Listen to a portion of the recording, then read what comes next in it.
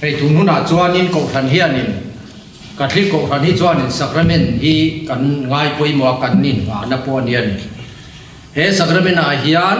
pathian khongai na kan ton na ani ti pawh kan in zirtira hei tun huna hi chuan sacrament lam kan soyanga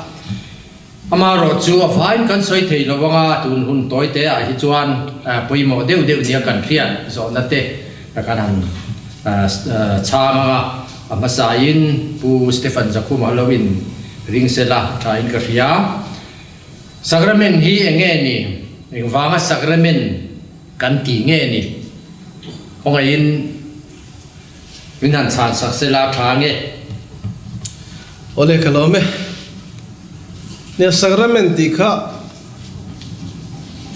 te ma soi thui de le ka ngai do na min lo thiamula abak hi chu khami kalphung atang khan thian te poin a chan dan tur kha ka soi mai te I chang turin lo in buat sai ve ba pula ka duwa sacrament hi atong bul thu ma chuan latin tanga local ani a sacramentum ti ni a chu heng Greek kan ti te Hebrew kan ti te apo hian atlu pui ommi alo maya alu le ni turania maro chu hemia hian mantrom ve maya an mantrom ve mai rolin sap trong ai ro chuan an kai toi deu ta sacrament tiran lo da ta ani a alo chua dan le aman da da hi ti sila chuan sacrament chu thu thung ti in ada the ni tin thu tiam nem nge na tiang pon asoi thea romo ten an lo man don chuan an lo man dana chuan an sipai huai sente ne na thil pe ke mo thu tiam mo an siam na akha sacramentum tin an lo mang thin ani a ti chuan kha sacrament ani khan persia thu thung ang ani a sacramentum ani to chuan sud le thei ani lova tiam chin nei po ni lova ti danglam thei po ni lo reng ani chu sacrament danglam na ani ti kha trema satapotila atrome te he sacrament hi tun lai tonga chuan Kohhran man dana chuan pathian le mi hring in to na tin kan sacrament bua khan aron thil fia chu mi hring in pathian kha adu duina han be theilova adu in pathian ne na ti tura tuk theilawani pathian zo ka ro chuan tu poron be thea zol ne a poron siam thea pui thia ma poron siam thea chu pathian le mi hring in kara thutlung lui huna chuan zol nei te amang thina ti chuan thutlung thara ro chuan Isu Krista arot man ta ka wangin pathian sacrament chu pakhat chaw omani ti in soita ila kan riat thiam thenan chu pathian le mi hring in to na le warin kar palai pakhat chaw oma ama chu mi hring ani Isu Krista ti in Poland Timothy ne na le khathon patina bon wa yan fia takin kan moni chu wangin Isu Krista chuan keima phua chupin thu ka soilo pa nung chuan min tira in hera soi tura min pe ka piang ka soi ni a thu riat tir adigani ti ka ria nangnin keimi du lovin ka thu te ka thu soi te pom lo maula ke zong in thiam lo ka chan tir lo ang che chu mi hring fa pa hi thiam lo chan tir turin lo kal si la fa nima sela ro rel na nia chuwa thiam lo chan tir tu pakhatin ne yang in ne la ka thu soi nge hian thiam lo a chan tir don chu ni khereng chuain pom du lo wangin adidani chu wangin van palai thu thung ron kal Isu Krista le a thu kha sacrament pathian le mi hring in to na the chu Isu Krista in le van in kar palai ani na Isu Krista chu sacrament alo ni ta phodani ti chuan apani na chuan Isu Krista chuan anun zong Kohhran tan a hlana a thu nei na zong a pe a taksa min pe a thisen min pe a tharau min pe boka a ro puina nen lam a pe ni apostol te na hian chu Kohhran chuan Isu Krista nena kan in to the tur chu kong pasari bin ruat saka chu sacrament pasari te hi in Kohhranin a hil fiale ta di kan ria thiam dan tura chuan chu Kohhran Sacrament pathian le mi hring in to na min chom tu bera chu sam somli le parukna chang lia khat lui pakhata oma chumi peng te chuan pathian khopui chu tilom thin chung nung bera om na hun thiang lim chu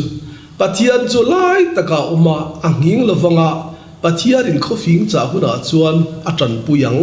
ti in min silani chu lui pakhat chu eknge ni kan ti chuan hlasiam tu chuan o kalvari lui moi tak kata ni lo luang chuak atiani Isu kha crossa atur lai khan anaka tuile thisen alo luang chuaka chu kan chan dam na ta na pathian ina khovel tan na ta na a in pek na ngai na lo luang chuak achoni kalvari lui moi ta ka chu ni china ga soi tang khan lui pakhata ma chu mi pek te chuan pathian khopui chu tilom thin cross ala li suwa min tlan na chu kan nung bul tan na chu pangai na fam kim na chu cross a khan lo ma chu peng pasari a ain chen dara chu ta alai ta ka oma chu Kohhran chuan Eucharistin aming aphu angeng he a he Eucharistian lim a hi Krista taksa le thisen thu thung thar a khania wangin ni nakina kan la soi zel tura kan ngayanga I Kohhranina pathian biak na tak taka po kha chu ngei chu ni a chu mi peng te chuan pathian khopui chu tilom thin ti ni a chu pathian khopui chu thu thung thar Kohhran hi ani a John Newton nangma thil ro pui tian soi Zion kan pathian khopui a thu phel to ngai lo kha na siam che ma chen nan atiang che khan kha lui pakhadoma chu mi peng te chuan pathian khopui chu tilom thina ti Kohhran ti kha pathian chu lai taka oma ti khan kan sacrament pasari te jinga a center taka hi Krista taksa Eucharistian lim kan pathian biak na laimu taka chun ta chu sacrament ti in Kohhranin a pasari kha soya chuan Kohhran pathian biak na chuan liturgy kan tia liturgy ni tur chuan sacrament pasari tel lo hian liturgy ani thei lo ti kha voina thalai ten in riat ka du a ti chuan engtin nge kan riat theiang chu sacrament a chu kan ti chuan engtin nge ni mi zo tronga hian kan da chia lo na a trong danga le the ni lowa soifia har khop maya ma ro chu kan pi le pu te huna khan trong ril te mai atuk pui om mya lo a oma chu kan sacrament ne ni ein ang em han khil cheu ka duwa lal chuan ram mania aram chunga lal kha athu bera ram chin ane ni aro rel na mi pui te an ngai thin chu ta an ram himna ta na poimo em mai chu pasal thaten ni ral do tu te kha sarang la ka mo veng him tu kha an ngai sanga entianan saliam te lo chui ta se ati lum tu te kha lal ber chuan choi moina no pui an tia zuno an lan thi ni chu tiang ang chu mi in lal pakhat dam chugin mi pakhatin voi enga mozat no pui alo dom to chuan lal thin lung kha alo ma hlim em to chu ta chuan huai sathil ape thina ni huai sathil dong pa ki chu tlem ten nia eng sa po ni theya ma se chu tu lan thila me an hem mina mi pui ma khan a ko chuka lalin ti chuan kha pasal tha zoi moina sang ber kha a hlam thina ni ti chuan lal khua le tui tha ania lal nen khan in zum tlat do choi moina ro pui ta kan ya wakin an lo ma an lim em rualin huai sa thil dong tu te chung kwa chu an trap thi ni enge chan kan ti chuan atlan se thiang to lo eng angaral hlau ompo ni se sarang liam eng anga la ompo ni se atlan chia ta thian to lo wakin huai sa thil dong to chu nung lama pen thei to lo tol kir thei to lo ani wakin thi na ko tlanga ain ngatani chu tiang khopa thu nget chu ne wangin e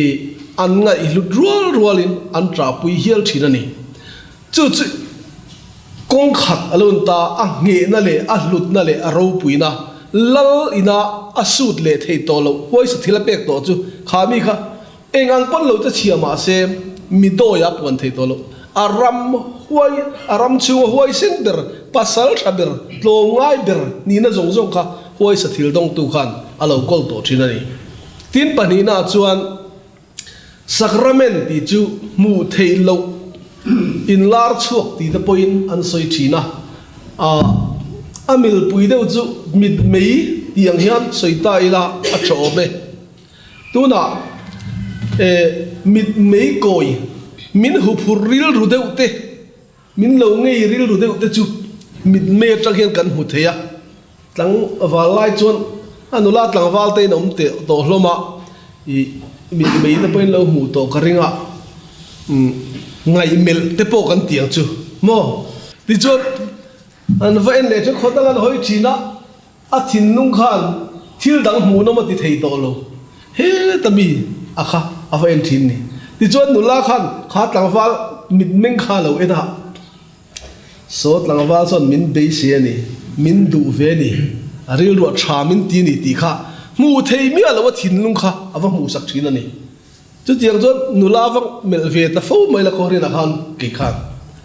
so paler zia so ka fan ngi tak e arab ti ril ro don ni mo chu mu thei lo mu na ani sacrament chu Isu Krista ina he sacrament kan ti I lalpa zan ti sacrament Eucharist kan ti te po hi hetia va en mai chuan va mu amu thiam ta lo chuan vok pui ngai mel ang chau kha ni do na vok pui te khan ngai vel ve tharok ila han zot tai la mi sing tong lo tong thei ta se enga nge pu khu mana mel lai cha khan ngai mu ti sa amit ta tiang khan mit chau muang mo aba ka mu thei lo chungril kha ron mu thei lo chu wangin Eucharist thiang lim hi tharau mit meng to te chuan fia takin Calvaria lali suana tuara athi ma khan atak sahi kan tan in thoi na tan min pe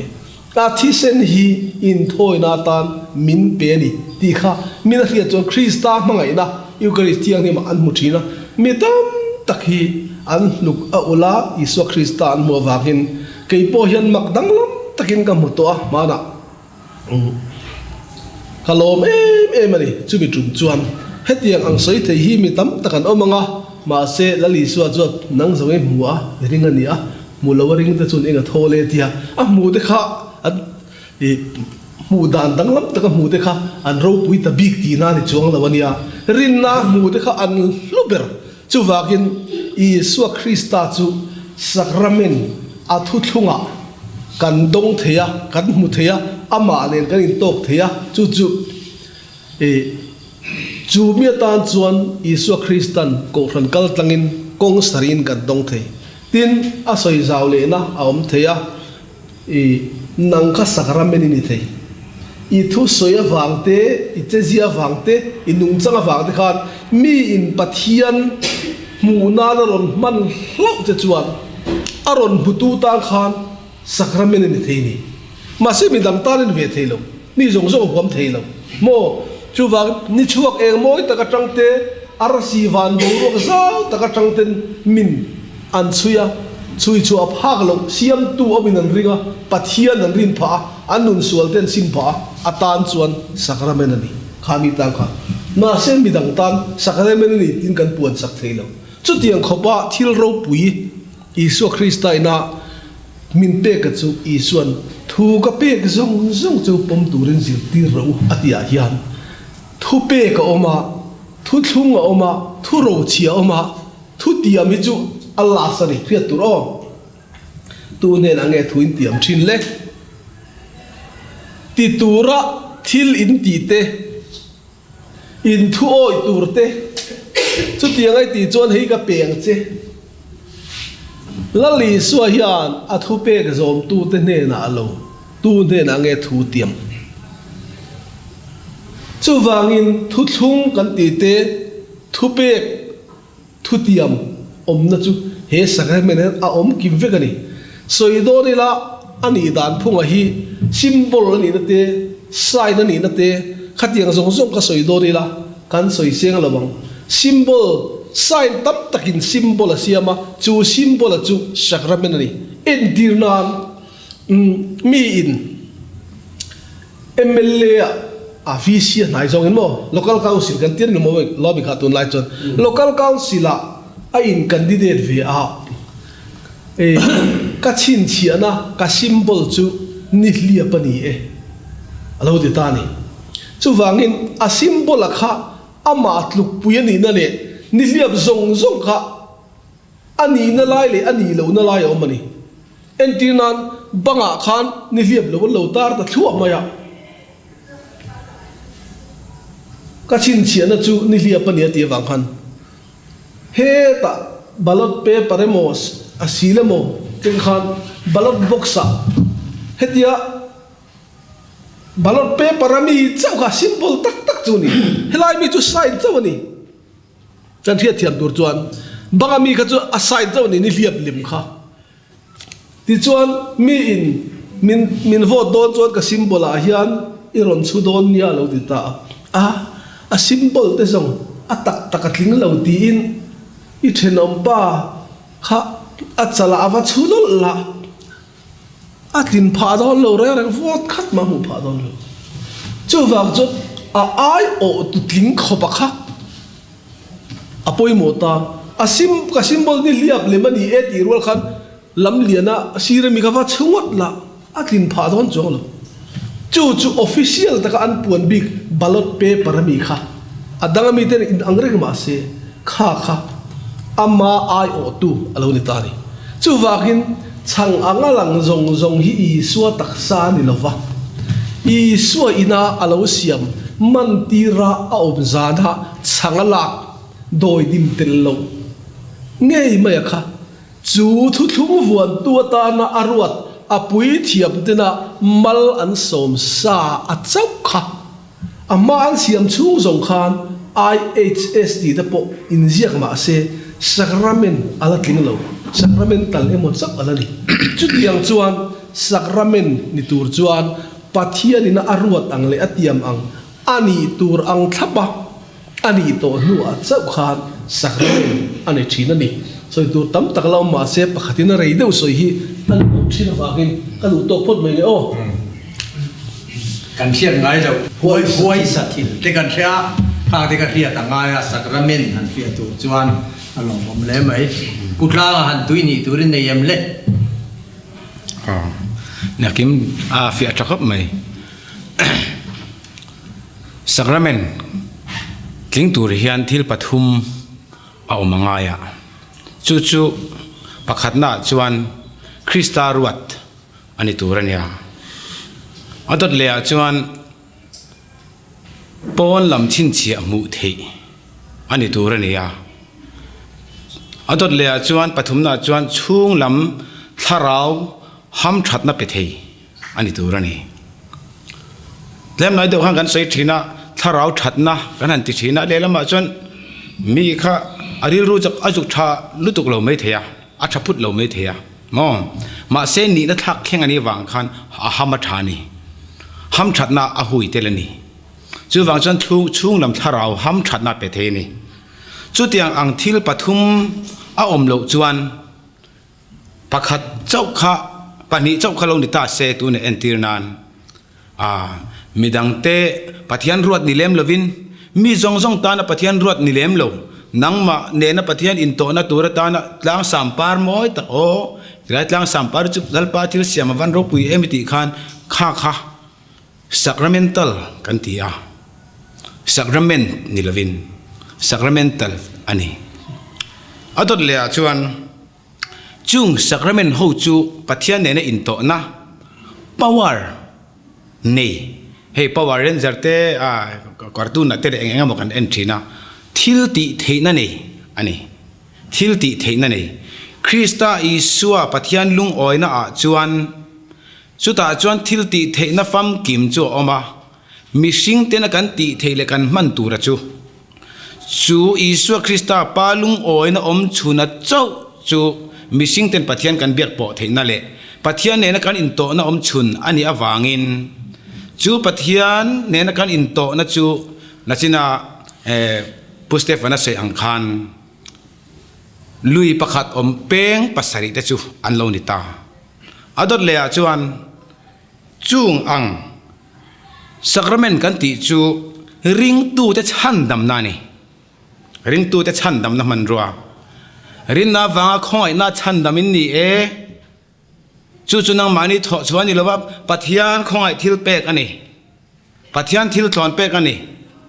thil ti awang ani lo thil ti awang ni sang chuan mi in chuang dang e ti ani pathian thil ti le pat mi sing terem ruat tel mia lowa pathianin ami te ama ring tu te chan dam na man ruwa atana apek kal varikal tlangin ani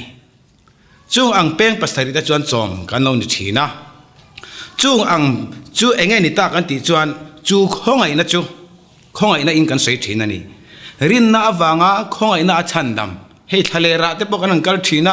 thale ram ro wa mi tui hal emin huta ula boite ha itui hal le me chawani khai thi mai don si agam han khoi tak che em o ti in kal san ta ila zakopati ang devin zakopan rin na chungchang se fi ang devin thil pek nei si lovila tui pe si lovil eng tin nge kha khong ena khana chandamang kha thale ram rawa ta kha thil pek arang keng tela chu thil pek chuan thale ram rawa tui hal chu a chandam ta ni a chan chuak ta ni kha tui ka pe ache mentien kan ti thina chu kan tui pe ka chu ama tui hala ommek le a khongai tu ne na in rem na thil pek khongai thil pek ka chu ni ya ama chandam tu chu ni chu wang chuan rin na awang khongai na chandam kan ti hian anna akha sacrament chu ni na kan ti lai ta ka hi sacrament chu ni a mi zong zong chu pathiai min khongai evekti kan puang kan rin na buwa kan mu pathian khongai na chu chini in kan thena khongai na naran ti te khongai na chungnung pawar nei chu hebrai miten hena betiang nim por le ka chuna hian he kan chiar lang zok ange tu po mosia dan paisa lo chu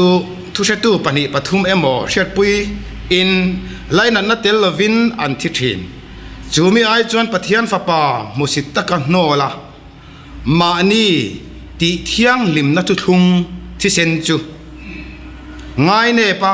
khoi na tharau ti thin urtu chu engtia semna na sa jok nge tuar tla ka ruat tur nia in ngai atiani chumi ai chuan pathian fapa musita ka hnola mani ti thiang lim na thu thung ami ta min ti thiang lim thei tu ke mani min ti thiang lim thei tu min ti thiang lim na thu thung sacrament te chu enga ma angai lo chu thil lau om tak le thil na ra na ruat mai chi ani lo zia kha he thu hian min zir tir ti kha kan bel du chin ni sela thari ange thalai lam ka fia lo nge mo zo du te kan nei em sacrament hi enge ni ti thu kha ne kan soi chungchang kan ani lo chuan kan kalanga hei kan thia tangin Mizoram a chuan pian thar na hi alar mai ani chumi chungchang a chuan kathli Kohhran te hian he pian thar na hi engangin nge pomve engangin nge ngai ti chungchang kha pujaku ma hian bulmin an tran le sela chang sela change alo sine voi khata sai sen vaccine đó soi hậu gì ní cái gì à hệ thì ngày đàn sang sang ông thế này vangin abul chu kan soi hong nga i soi le po ka du do na voi khata rei no soi kha ati chi vakin ka thelo wa chu wang chuan pian tharna kan tia hi aru langa kan soi ngam lo ania wa se voi nia ro chuan ani nang takin han chui don ta ila awacha om ve o ka tia pian tharna hi Christian ten kan mamo lova Bible kan mu dana chuan Mizorama sang khazariat som kwale palia missionary tena pian tharna thu anon soe khachu adikani achan nge kan ti chuan Christian la ni lo pathian ring tu la ni lo kan nia wangin pian thar thu min silani chuan adik le in ka ria Bible ayat piang thar kan mu te hi sola Christian ti du da tu ngai sa tu Kohhran ti chereu tum tu kha apiang thara pola ani tange nge a tin i suani piang thar tu rani ti hi voi khat cha mi pakhat ne na asoya ring lo mi ne na ani zana le ngal khan ane na Nikodema Farisai te zirtir tu kha avakalania an khechiang khop mai le ngale isua kha zirtir tu rabbi pathian ne na ta lo kalini kan ring atilova pathian ne na ta lo kal ini ti kan ria e pathian tharawan ma ni om lo chuan heng i thil mak tiang hi tu manan ti theilawang atiani petera khat Krista pathian nung fa pa chui ni ti khan nang lungpui ni ti ka khila chet atingal ut mai khania he pa hinga tinge chu tiangai ati ve lo i piang thar dur ni ti dai mai kan ti chuan a in surrender thailo ni Farisai ni na arong bol na thu thung lui sa khwa von tak na le a thian te ala phatsan theilova ani da ka akal san theilova i suarin na khan alain tulut theilo ni tu wangin i suan i piang thar turani tia hi nizo trongal le darania i piang non turani ti ani me le ina langa i pian thar lo chuan pathian rami mu theilo wang tin kan la da zela lo piang thar te reng po ni se amu tura chu van ram kaina ta ni suan ril lova pathian ram ipian thar lo chuan mu thei lo wang atia pathian ram chu nge ni ti kan soidon chuan thuthlung thar Kohhran ni pathian ram ani ti kan ria tangaya Kohhran na mu don chuan azir tir na te a in kai hroi na te a thu pek te a khe fianga chuta chuat tuya le thara vai pian lo chuan pathian rama ilu thei lo wang atia apian thar nuwa khan amu fia tonga tuya le tharawa pian chon pathian ram Kohhran khan ron om to turania chu wangin Kohhran om to baptisma te po changvek to Kohhran zirtin te po pom vek to apian thar le tur chungchang hi khoya ma kan mulova Pentecost dia mi sang thum lai piang thar kan mu te po kha an pian thar na chu an thin lung chun angin lo na khan petera ne na unau tiwek ti kan ti ta kang len tian mang angani i petera kan in lo piang thar ve to ni mo ala ti mai lova in sual te simula sual ngai dam nan ani chu nan baptisma chang ula in sual te teng fai ro ti chuan he thil pek tharau thiang lim ring tu pathian chan dam te na an don he thil pek tharau thiang lim hi in dongang atiam kha nangni tan po in fa tan po hlattakami tan po lalpa kan pathian in akova piang te tan ani atiani hlattakami te jinga mi kha kan nia kan tan po ni ve ni chu kan fa te tan po ni ve ni chu ti chuan kan ramina piang thar kan ti dan phung hi ka thiam vak lawa a khoi lai takhinge ni piang thar kan ham tui pui em lai ka chia lawa sola pian thar nei tle min lo thiam mula kan soi le lak mai tiang sola khan khang mi piang thar tuya le tharawa piang ho Christian te kha ti du dain ti chere vi katuma pui thiam te ne na le kha la te a phuar chunga Jerusalem a ruai theina thu nei na kengin akal kha ni a namaska khoda ya khan eng em mai khan ron suna eng le ri durania sakora tang hat la thatop mai ni chuta o la thezui sola dang ne tinge mi ti du da atia sola chon tungai ni lal pa ka relo cheti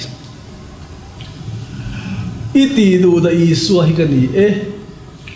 ti mai ni sola kha piang thar ta mi amitin isu a mua a bengina o ria aka ngein abia anin sang ni hetiang tlu ka pian thar ra tha yom do lem ni a sola sime a trong trai ngar ni thum le zan thum cho ngei heta hian in zona tel lo deu lek thil pakhat soi tel du ka neya daire ka ngai damna ke ma le Krista in kar ti ang chi a hi soi tel lek ka duwa isu kha na ngai dam thei lo em ni ngai dam thei ma se wa na lon ma khan lia in thungai chu ka thungai nang ni du lo chu ke mi du lo tu sual poi ngai dam chu ngai dam ani ngai dam lo chu ngai dam ani la wang tin thu nei na lo pe to a chu wangin isu khan dairekin so la kha ngai dam lo he ta le arwat pui thiam thu thung thar pui thiam arwat anania de la khan kalla ko thler to ti achuan savun siam tu simone alu ro chu ta ton ni pakhat aming sola alu chunga kut ngatin amu che tong trai me ka ni ti ni thum le jan thum lai chu tiang cho do mani lali su khan le ya pui thiam ruat te kha atir ko ruat te kha nolin ngai dam direct ngai dam zel ta se void nia pastor ka ti ta pui thiam ka ti te atul na om do le mi om lo khatiang an isu kana du du direct ngai dam zel se isu rin tlang lo top tin yang tu kai tung sui duang ama nge na apostle de manga anem nge to te ama nge na paljut mai te chon arin tla do le mi isu chu ma se chu tiang ani lo alo ruwa ta te kha azuk za emani ati thiang lim ngal thei sola kha ma se arwat tu chu rin oma wangin he ta arwat lo ka te kha vakal roti anania chona nial sa te thina ma se nilave kal mai ro eng tia tuarin ne ke mi ra choi moi don ti jo ma kala khiat ti ra ti mai ni ti job anania chu vakal ta lo trong trai char mai ni iti suali re chuak to mo isuali sim to mo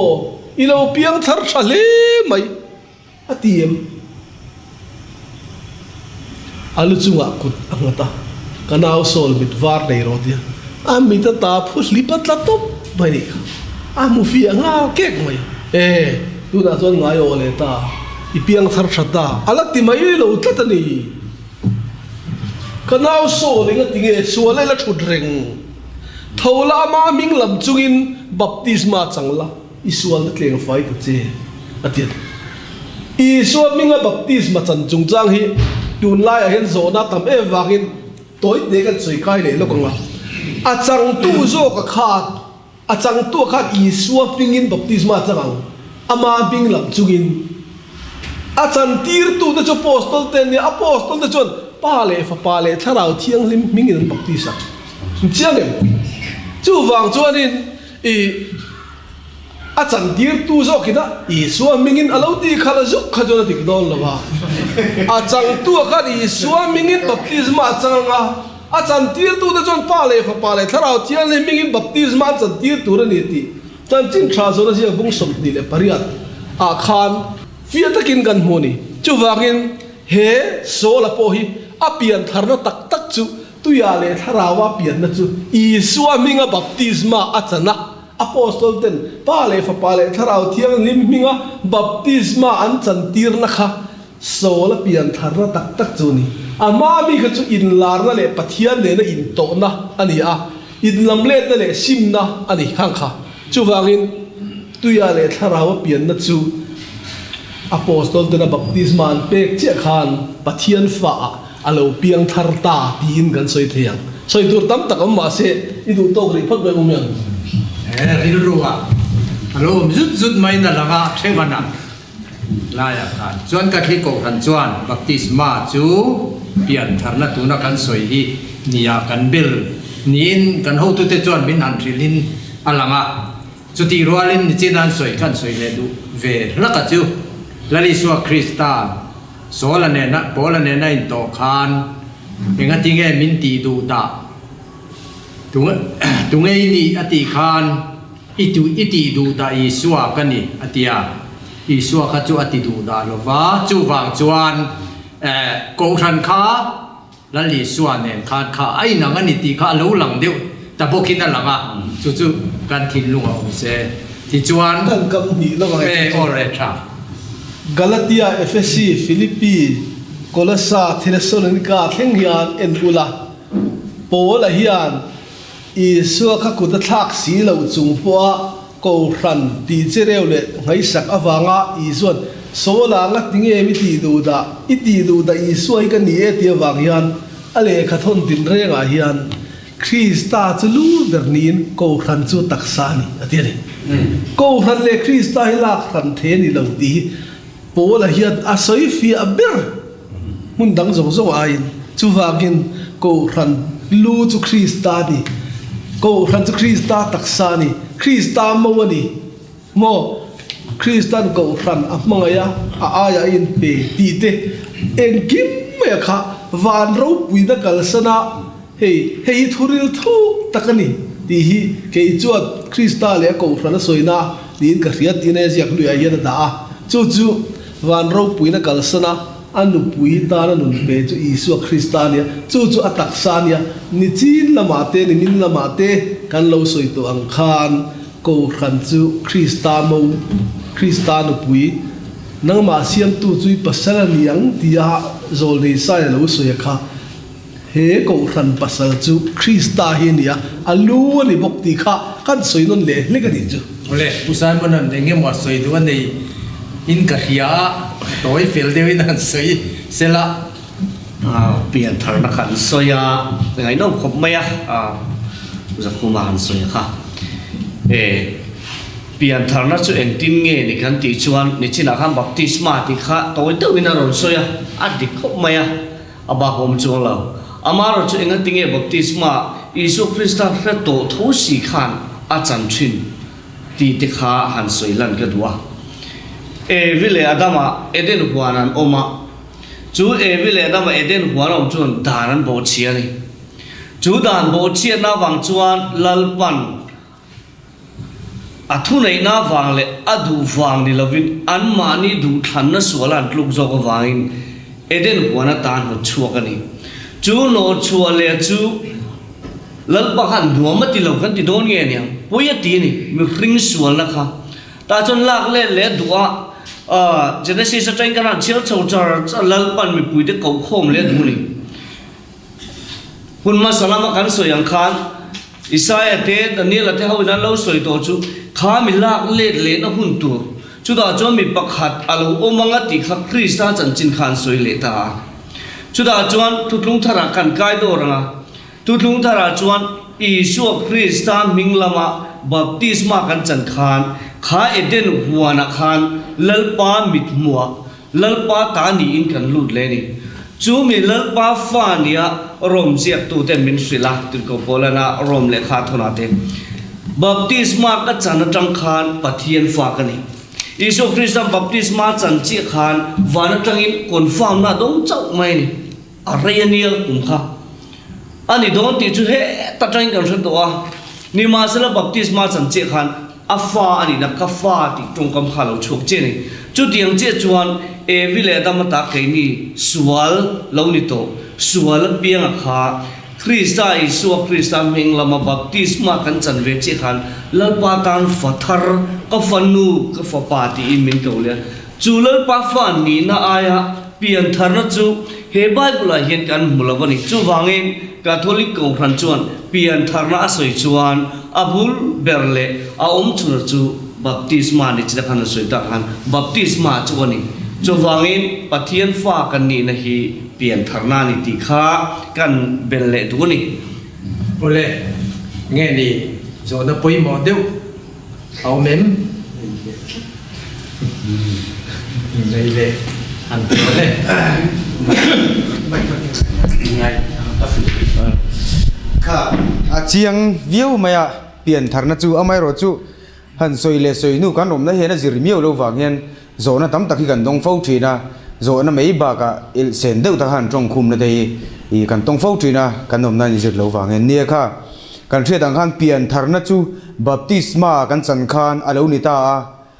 อีติลายเปลี่ยนทางนั้นกันกัลปุยดานเลยมีที่นั่นมินเบสใส่ดานะจวนตูนักอมดานังเฮียนกัลเปียงทาร์โลนี่ที่จวนอีเบียกอินาเต้เขาทันช่วยตูเต้นโมอีโปรแกรมมันบวชสวยงาตาจวนกับเปียงทาร์โดนเจ้านี่มาเซ่มิชินจะสวยละตุเลชินกันนี่วางินเวงจัดฟักกู้ขังเอขัดไล่เปลี่ยนธนาคารกันดูโดนจูวางินขัดที่ไล่เปลี่ยนธนาคารตีกันลากดานาคานินอีอัฟเฟลเฮลเดวิมกันอุณาวที่เปลี่ยนทาร์ดานฮีตีข้ากันโจตันี่กันโจโฉงเงาเขาเสียจูกัทลิโกชันเฮียนตูไล่เปลี่ยนทางหน้าอาเฮียนเองนี่กี่มานี่โกชันเองนี่อัดลุกปุยอีตีนั่นเดียวเดียวว่าอันนี้ยาโอ้เปลี่ยนทางหน้าเป็นตียาตัวอย่างเล็กราวะจูเปลี่ยนทางหน้ากันตีคานเองเบรหิงกันเปลี่ยนทางไงนัชันเองกี่มานี่ออกมาเองจะตูร์เตอเมมเปลี่ยนทางตีงดข้าเปลี่ยนทางตีตาข้ามีข้าอัชันเลยอวางข้าตะกะข้ากันจดเวทียงโอเลตอพ่อต่างอ้อนไอ้จบปลงนานอามาสาข้าพุทธากันหันช้างเสละพ่อต่างลายจบนะครับมาเลยเกี่ยจบนะฮะก็จุดตัวเต้นชันเทียปนิขันสังหารไม่หลังอินทรังกษาอินลำเล็ดนะที่อินมิงกันวัวเทียให้อินลำเล็ดนั่นแหละเปลี่ยนทาร์นะเปลี่ยนนนนักกันที่ฮิจูอดานะดังตัวนักกันหันใส่เปลี่ยนทาร์นักกันที่จูอดีรตาวิเลดามาจังวิเลดามาจังกันโบเชียดนัสวลอันนี้จู่มีปะขัดวางินมีซงอินอันเราบอกเสตาปัทยันเราปีนั้นเราจังจะตลอดเดียนี่มองเดนนาริลรู้เรื่องแล้วก็ปัทยันอันเสียบูตาอย่างเดียวกันกันปัทยันอันเสียบูตานี่มาเสละการบริตางทิลติเทนะมังบัพติสมาเราอมจวนรอมบุงรุกันเสียจวนอาทินั้นอันเปียบัพติสมาผู้มากันอมินอัทโฮเลน่าจวนนุนทาริกันทเวอังกันนุงเวอังจวนปารุปีน่ามิที่เสียงตาลิสุคริสตันนัลปาปะเทียนินอากาศทวังคันแค่นี้พอมิงกายทเวงอาเทียนี่จุดที่นี่สิจวนกันเปลี่ยนนนนัตูร์จูปะเทียนฟ้าเปลี่ยนนนง่ายจุดที่ปะเทียนฟ้าเปลี่ยนนนง่ายนะฉันจูมีดังเตียงบอกกินแค่นี้พอหินอุรนาฟ้าเปียงแรงกันเดียติดก็บอลนันเทียนี่จุดที่นี่สิจวนหินอุรนาฟ้าเปียงอันนี้จวนเฮติยาบัพติสมาเตลว่าเปียนนนนะฮินิเทตอนตาอังเซมองบัพติสมาเตลว่าปังไงนี่เปียนนนะฮิเตลตาอังนี่เซ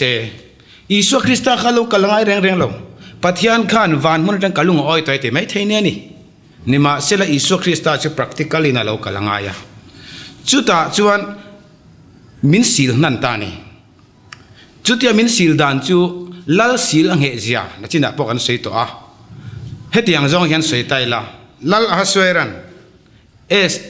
จุดที่ติลุมตูรินทัวเปียลัลนูเทริจวนอาดิกเลวเจียเตอละกินเนี่ยบางอย่างพอติลุมตูกันเนี่ยสินที่อันฟิลเมกจวนอันมังอังเล็ตัวนี่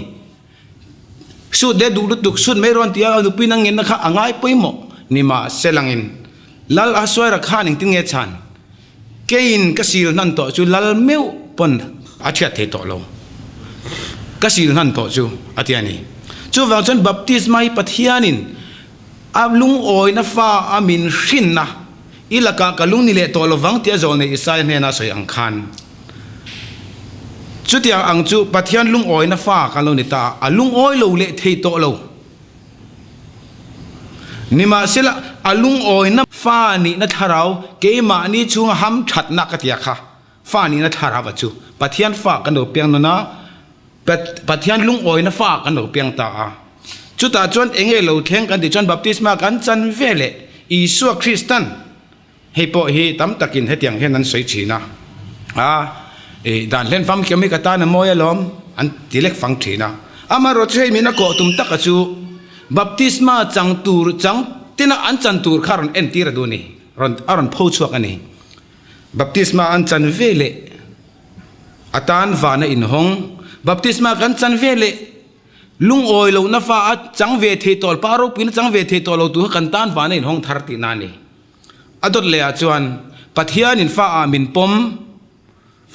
pom na chu hei hi ka fa pa du tak kalom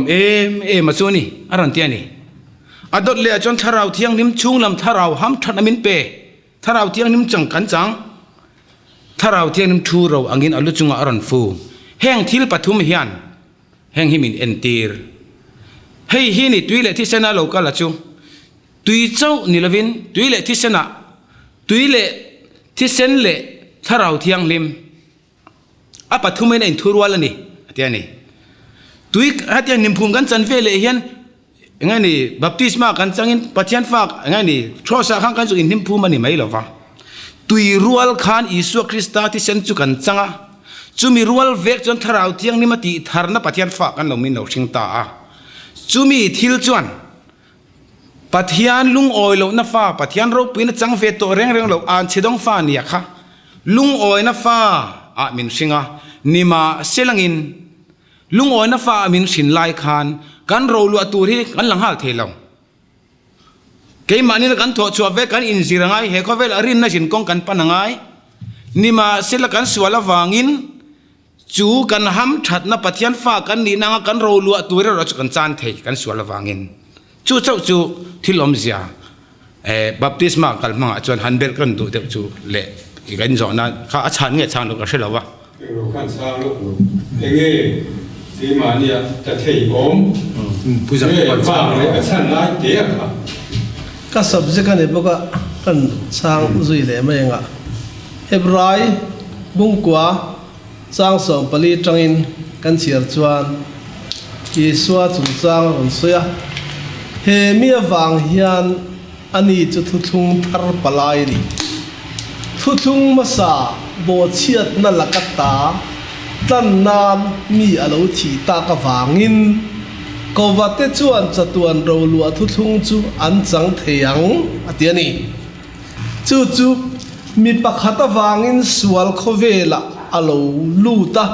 mi zong in thil an ti sual veka pathian ro puina an chang zo talo ti rom bunga khan kan hua mi pakhata wang vekin thiam changa kan omna tur chu Isu Krista chuan ami mangai na chu faklakin aron lan tir thu kan hua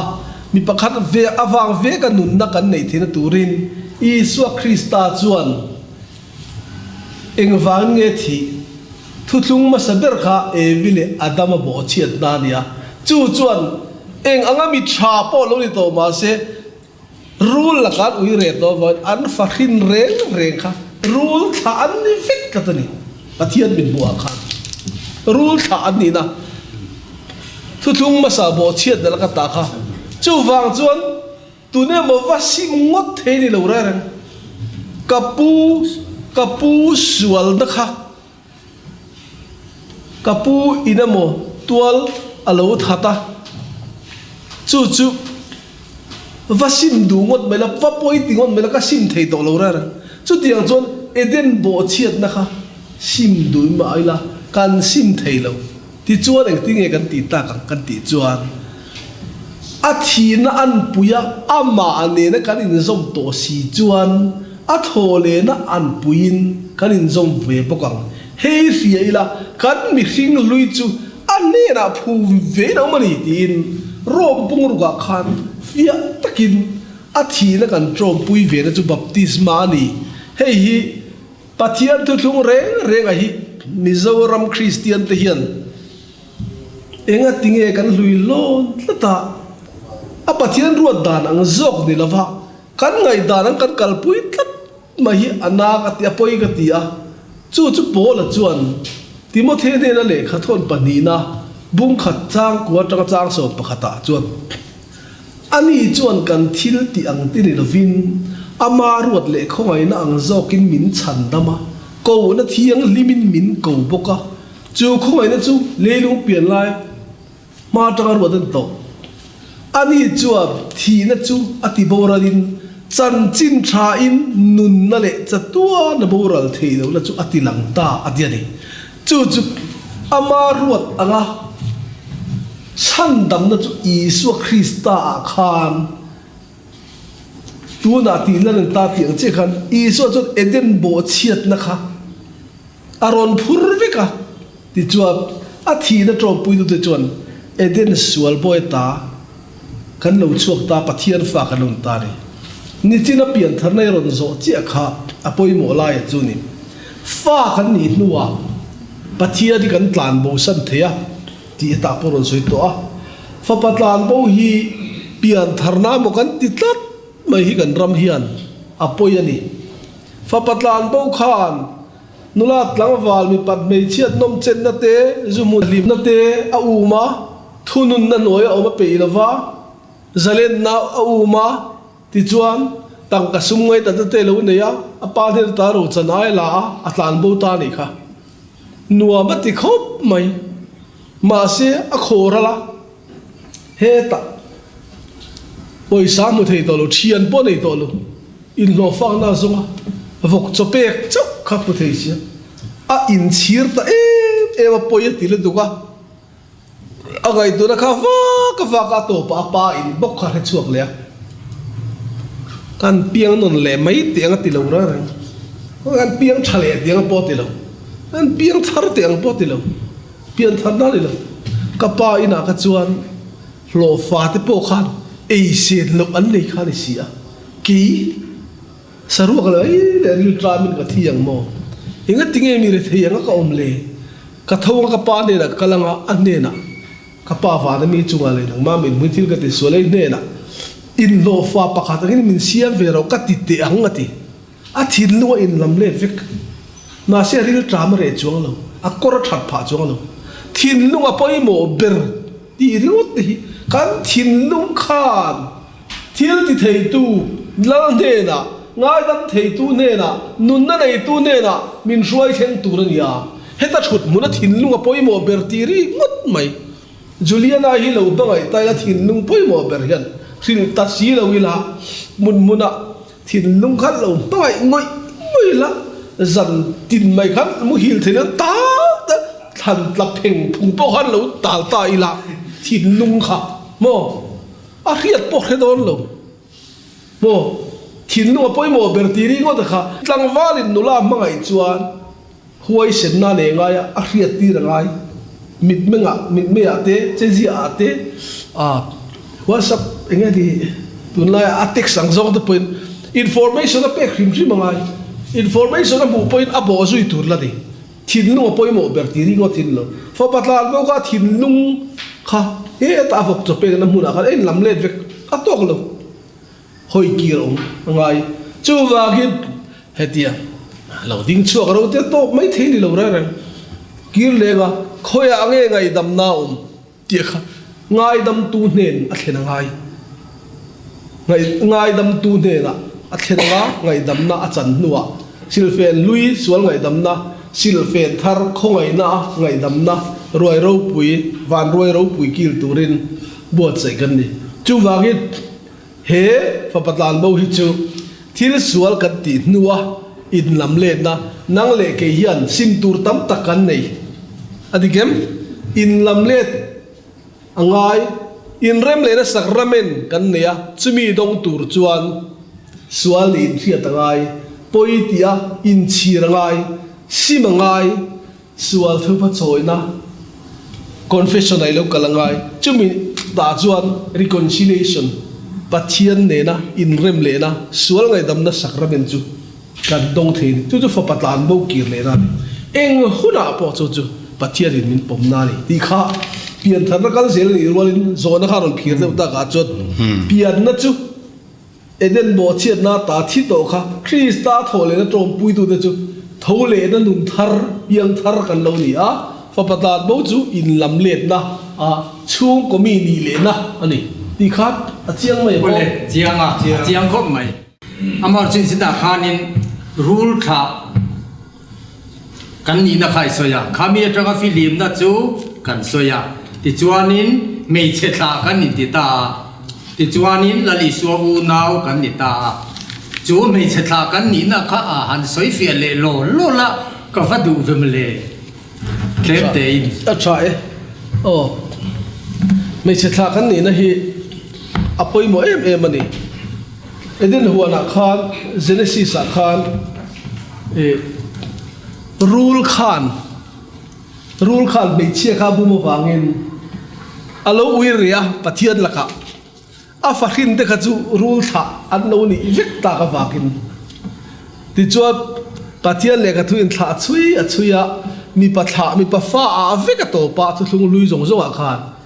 mathai zia ka le lukasia ka hian davida tha tangin aron chui ta pakhat chuan he ta alet ling na chuya pakhat chuan adama tha tangin aron chui ta ti chuan davida tha tanga aron chui ve thung chuan alo kala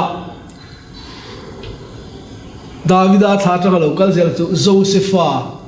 josepha nu pui hual mei chhling chu mari ni atiani ti chuan mi hring chi nilovin anin hual lai khat hanu khan naw lo paya chu riatin ke jong hetiang mi chu ka nei thei lo ka tia ti mol pho du lo aru ka ban san tu mani chu van ter kowin joseph inu pui hual mari nei lausu anaw pa chu tharau thiang lim lakami atiani mi pachi tel to lo chu zol nei sai nu la thiang lim chu rai ka fa pa hringa a minga isua an sang atiani chu isu krista chu rom bungriat chang som ni pariat ta chuan pathian mangai tu amaruat anga ako te tan chuan an that na turin engkimin atho sak thin ani chu unaw tam tak jinga fatir alo ni theina aruat lo ka ta chu ama ako ta chu ma fa pa ang takom turin aruat lok si a tiani chu wagin unaw tam tak jinga fatir isu krista alon ta chuan pathian in mangai te atila wa hela hian pathian mangai tu atiari mi singina pathian mangai tu ama fa pa ang taka aruat lok ate chu isu chuan van ro puina kalsanin in le lo le ro sum nu pui pasal alung kham lawa ti chuap anun zong chu rong bol nan amang ang khan pathian mangai tu tak bible na soi chu nu le pa u le naw in le lo eng kim kal sana ama fa pa ang taka om te chu aru lang rong kan soi chuan heng kan bishop te hin ni kan pui thiam te hin ni ti chuap chung mi te chu an ni rualin ke ni po hi rule chi kan ni na kha cross a khen be om ang khan krista thina kan trom pui khan nun tharin ati lai taka hi baptisma kan nun tharin ati lai taka hi krista nun mei che tha ni na alorita thu thung bom de han soi zel chama ma se khalap panga chu tu tok tai la mei che tha khan ni na chu isu krista u naute kan ni thei don chuan isu chau hi mei che tha piang ma saber u nau ji ga fatir ni isu kristan ka u nau te ati te hi chu mei che tha kan ni ta chia ke mo ole baptisma kha ro pui le mai baptisma tangin lali so krista u nau mei che tha chu ta tang chuan nu mari kan nu alo ni ta ro pui le mai chin khanin sual ngai dam na mun akal kha kan soya chu van tu na chuanin zo na dang eng wangin nge pui thiam te father te ne na sual kan puan pui thiam te chu mi hring ve mai an ni sia ti kha pu thangan bulan transela athange pui thiam te hi mi hring ve mai an ni renga hei se thiam har khopa ring tu ni awan ngai em ti kha kan sema sale dua a ring tu te tan chon thel har lo tak turania ring lo tu tan hi chon lo harani no eng po ni selangin mishing ne na thunei na dong ma saber tu tu nge ni mishing ani na anga dong ma saber suang dam na dong ma saber chu pathian mi te mo an fak pha luai na chan ro pui tak mai chu he tu hi kan chiar ange isuan zeng ati dam thua hian mishing ne na sual ngai dam na a om thu kan mu ma sak na ber chu ni tin zeng pakhat khuma mu chungin a ne na anon zona isuan an rin zia mu in zeng ne na chuan kafa thlabong takin omro isual te ngai dam ani ta ati a dan zir tu te then khat cha chuan an ma ni zinga hemi hian farisa hemi hian pathian asoi chia ani hi anti a isuan an ngai to na te chu alo sia a enga nge in thin lunga sual in ngai to ani isual ngai dam ani ta ti nge soi ol thola ke in kalro ti hi engpo ni salam missing fa pa hian khovela sual ngai dam theina ani ti in shet nan ati a zeng ne na chuan thola e khum la la ina hong ro ati a ti chuan athova aina hong ta a ti chuan mi pui hovin chu an mu in an hlawa mishing te ne na chu tiang thune na petu pathian chu an faka ti ani a mishing te ne na thune na petu pathian an faka chu mishing a chan la ya isu kristane na sual ngai damna omani tiam meeting mi te na pathian an fak pha huai na chan chuan ama atanga thune na oma chu petera ne na mimal bikin Kohhran adin lai khan asai boka nang peterai ni ti ka sira che helung pui chunga he Kohhran karem chowanga chu mi te ko kul kong khare chuan angam lawang vanram cha bi te ka peang chia le chunga eng po I puar chu wana po puar I phel chu wana po phel ti ta ni chu ti ni si chuan petera ne na thune na omani ti kan mu theya chu iswa dam lain adir ti somsari te atir chua khan in thungai chu ka thungai in thungai lo chu ka thungai lo nang ni du lo chu kemin du lo chu min tir tu du lo wala ti le sela ni chu ti ni si chon tu thunge ngai tura tu thunge oi tur tu tunge thunei tu kan ti chuan iswa zir tir te ani le ni ador le a chuan vana lon ma Easter laliso Krista pathian ani na nga ropui taka thole na ropui tak mai nuwa khan azir tir te ne naron in lara thamwan na nei ro atia thok khumani athok khuma anchunga athoa thamwan na nei ro tu sual po in ngai dam chu ka ngai dam in ngai dam lo chu ka ngai dam lo ati le ani chuti ni si chuan missing te ne na sual ngai dam na thu nei na nei hi kan nial don ni chuan I suan nial ngai to ang kha I pe chong to turani lo ati si lova mo apostolata ti hian chu chur keng tel ta ani kan sei non le 14 apostolata kha thu nei na kal tlang khan lal Isu Krista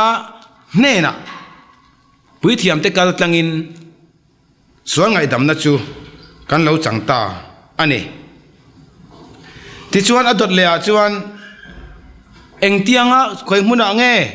tu ne na nge kan tlan lu ta kan ka ti chuan o apostol te ne na mole apostol te na thune na an lan te ne na mole chu tiang te chu mi na chu kan tharau tan pa an ni a kan tharau kai hroi tu tur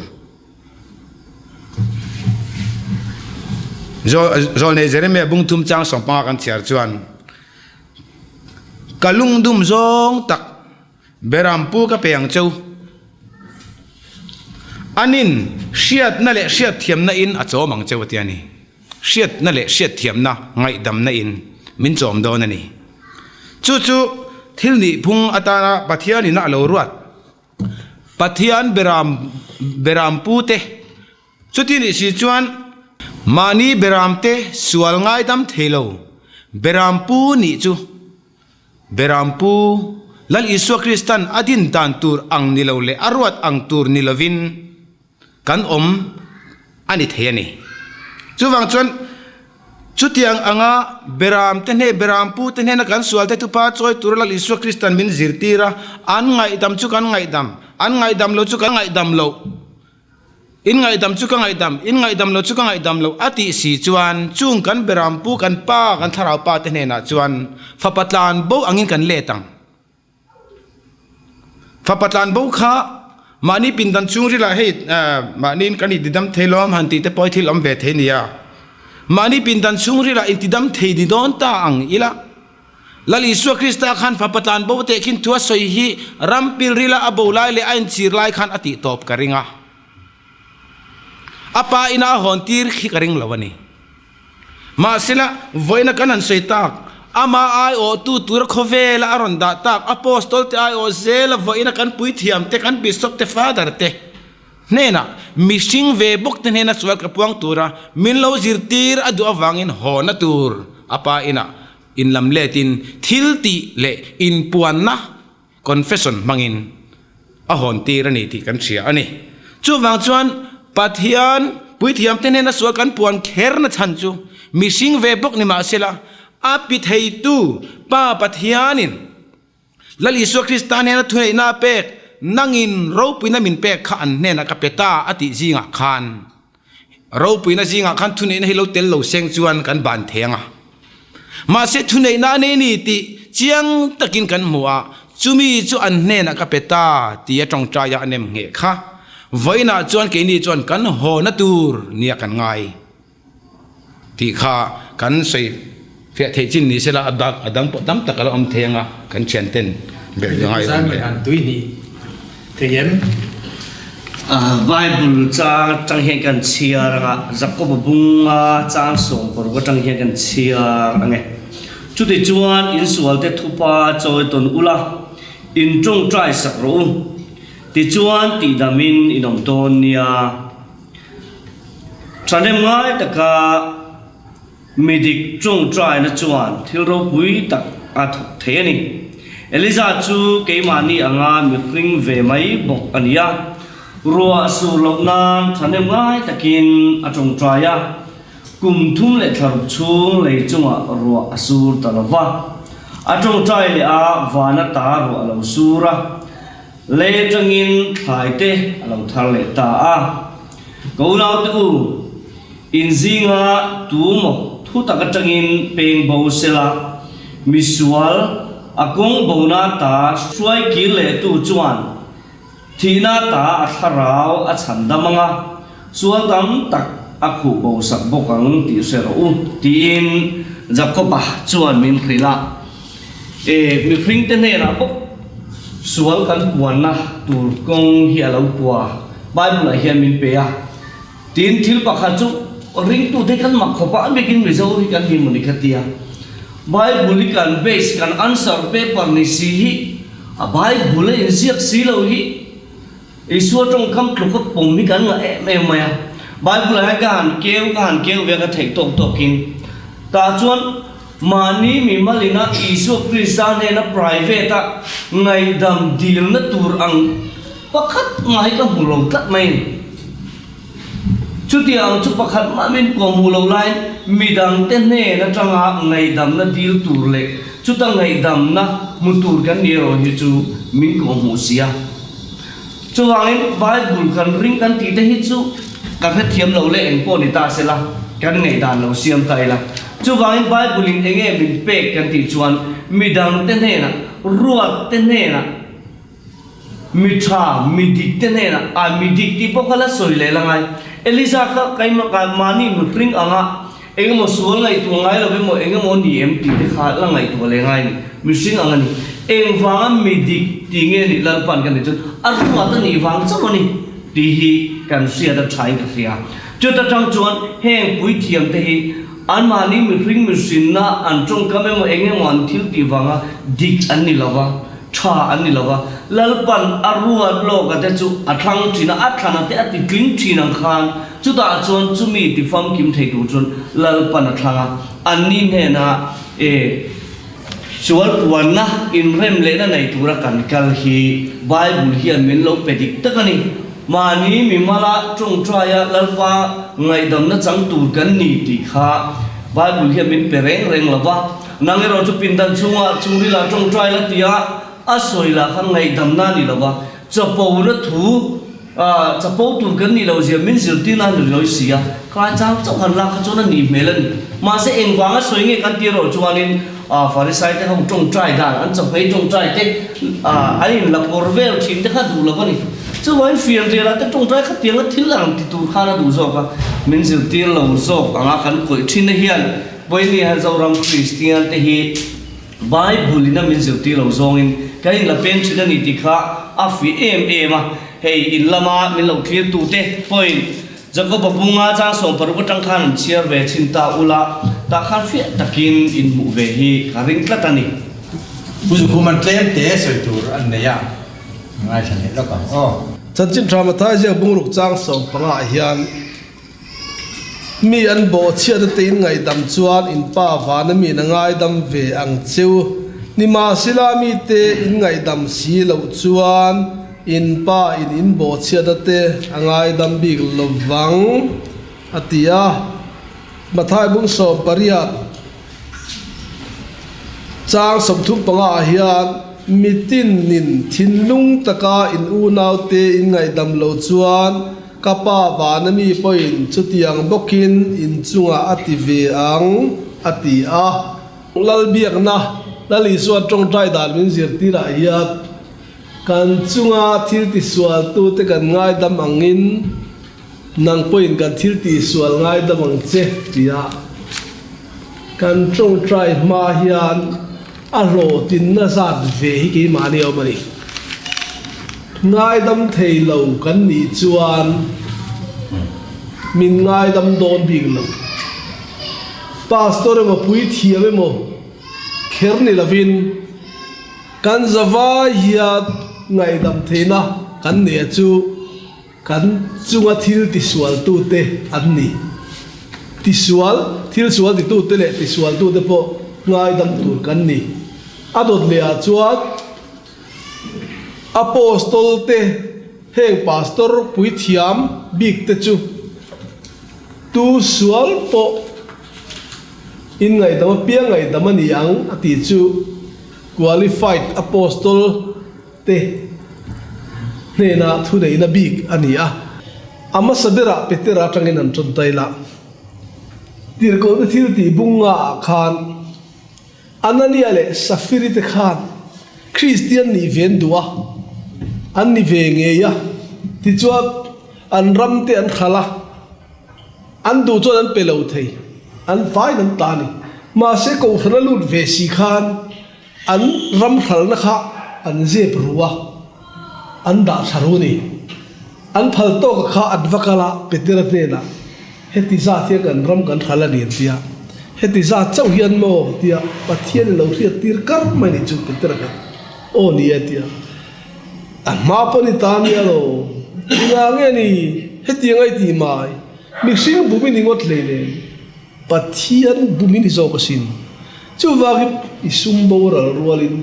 bora roti ka po chona thi top mani anania nu pui safiri kha local le anu local le changa heti za chia hian mo lo ti le a o ni e ti e thil sual ti turin enga nge in thurwal chu le I pasala te khom tu ti khat ve ngal ro so ruang thak tu de pon kong ka non thin le to so ti thi le tok mai ni tual that tu chatuan na pai reng reng nom lo ti kan huwa ma se hemi tumian pathian actually lami alo ni amale chu wagin heng sual zep ruk na vanga Kohhran bum tum na hi ahlau ma na thu nei na isu da pe ka te kal zela ka voin nia hian a ngai rin la ni thi na le nun na chuwa po thu nei ni mi thi de pon lo kai tho ni pitera ta ka dam reng hau lum theina thi na le nun na chuwa thu nei tu te hi la li suan phuba thinu ra wa phuba la ke ti suang chau phuba chu kai ma la ka lo da ro atia ni chu wa gen voin nia hian ni china an soita ang khan sual ngai dam theilo beram pu te aom theya ngai dam du lo te kha om theya ela hian chanjin tha mathai ji bung so pariat a khan sual ngai dam du lo apu ne na ngai dam dila apu ne ngai dama aboi pui ne na vakala min pe ngal rotia khowai takin chans min pela e karon ru ler je tia a thama tuda min pe ngal lo chuan tia a thinur khan a thama tanina khum tamaya chu boy pui te thiat khan a ma ngai dam tu ne na khan an vakhila boy sual idil chia ba vakin ka ngai dam chia nang poi ne tia ngai dam ve tur hi ni asin atiani chu vakin ke ni chu kan ril ruwa hian kan riat tur poi mo tak zanina voinia tun huna kan ngai kan riat tala poi mo chu confessiona kan kal ani poin i thlen main lali suan mai cha mi thlen main khing pui joren rem zin ro atiani chu baka kan chunga thil ti sual tu kan poi khoi tu ten omani poin thin lung taka kan ngai dam khan he ta ngai dam na fam kim kan chang the kan ru thiam em pathian ne na confessiona vakalak pui thiam in i suamingin alo ngai dam vek to langai dam ve thei lo ni kha hlawom hi ring tu te ni riangu pathian ngai dam na a chan to nu a chu ti si te anun lui khera lo ngai dam ve thei lo kha ama ta ni lawin ka ta na poi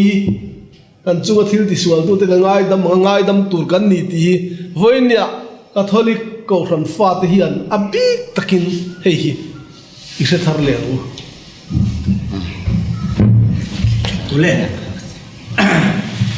ei Catholic Kohhran te chuan lalpa zan ria sacrament i kan ngai poi mo a lalpa zan ria sacrament a hian lali suwa taksa ni ti sen tak ani ti in kan ring ani eng tin nge ani dan kha pusai mon na hian min han thil sela ngai thang thui soi ngai ka relava ama sain Johanna bung ru thu zong zong hi Isu Krista in musing ten hena chen reng at ko fanga ai o minron pek tu ama ai o bonlo ama le ma minron pek na turata na aruang manania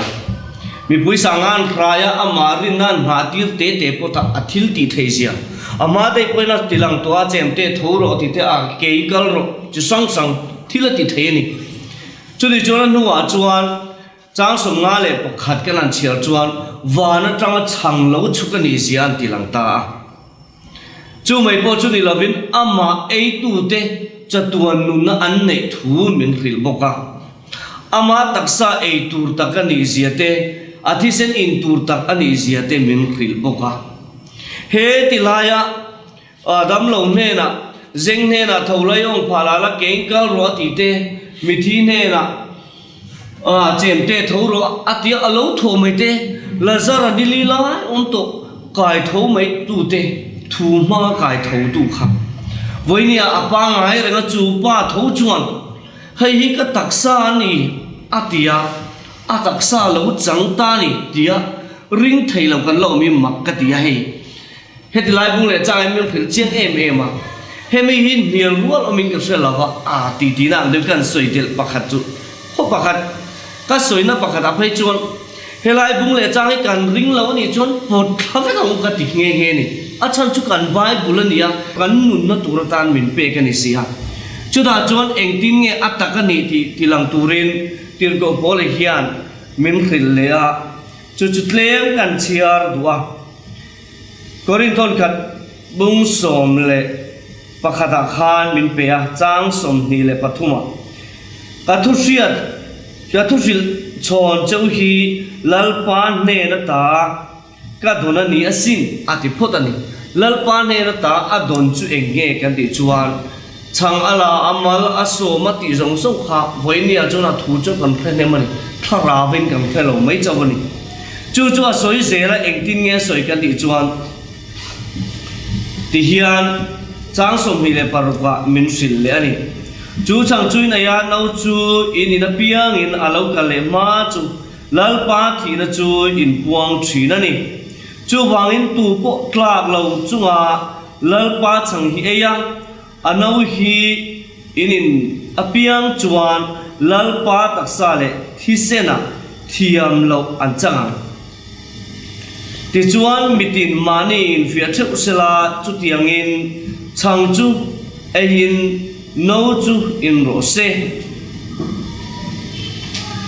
ai le in tu chuan lalpa taksa zia a hria lo chuan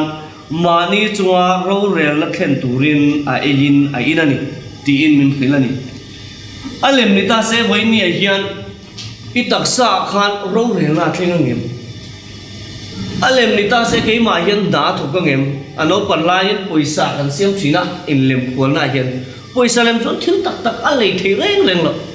atak ani che khan thil tak a lei thina ni chu tiang bokin tir ko pol he men on nem nge saka atak ani miao awangin keima ni chunga ai tu chunga ko khan na athok the ni ti kha min ron sila voini a hian mitam takin a lemani a kholai lunga hian a rep in la nei mi te min lo thia a rep chu kan nei lawa chan chu isu krista kana hunlai na taksa ami alla lo miawa chang ala a tin kan hu miawa ni chu wangin chang ala miawa in ama rep ani lawa ama tak kha ni ti kha a chianga ti kha kan soi duwa luga bung som ni pali jang som pathuma ema konga chian du panian kala priong pa te chian du kha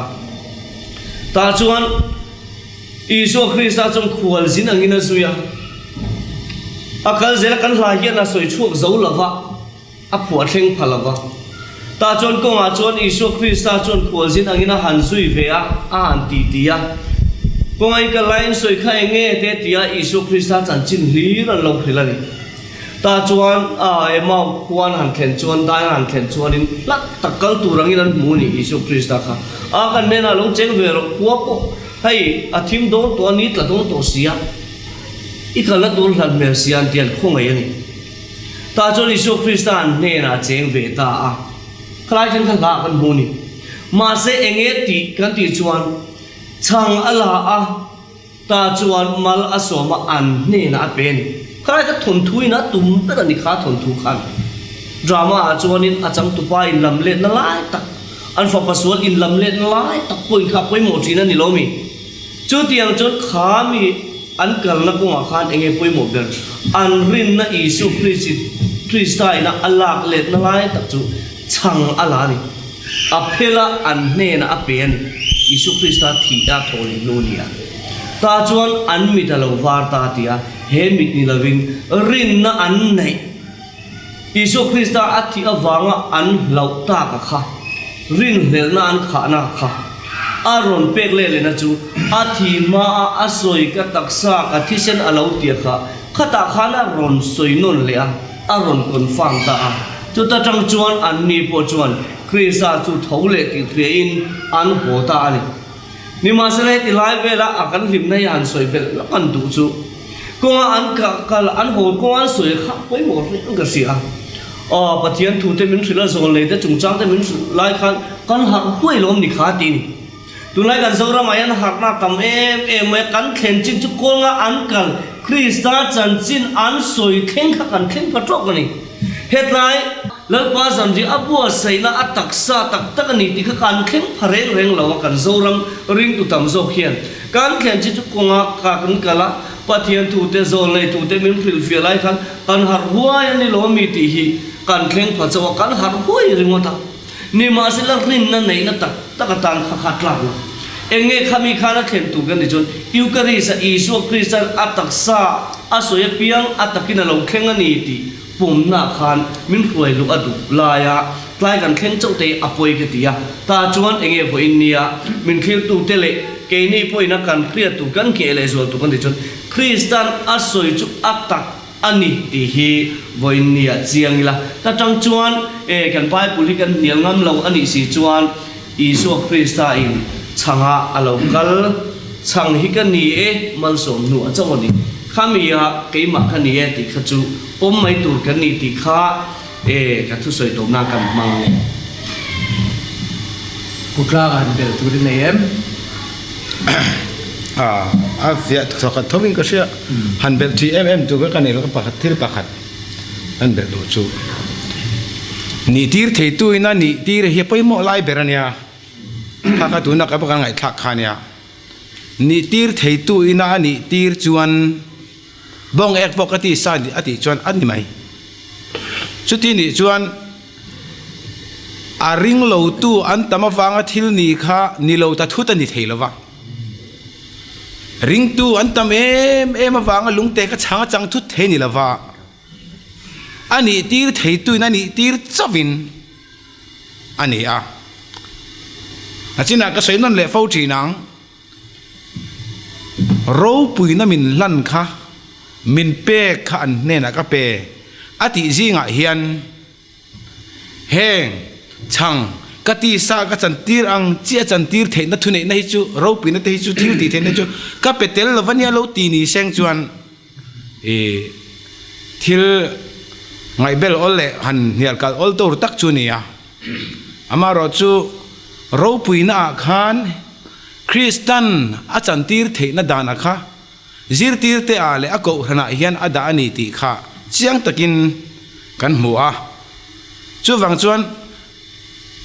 Eucharist chiang lim lalpa jan ria kan ti hian ham thatna ngai dam na te le chakna tharau lam chak ham thatna chakna min pe the ni ti kha atak ngei ani theina dan chu apom tu tam lama alang lawa anil ain hat lawa apom lo tu tam lama ain hat hek lawa ani phunga ain hat zo kani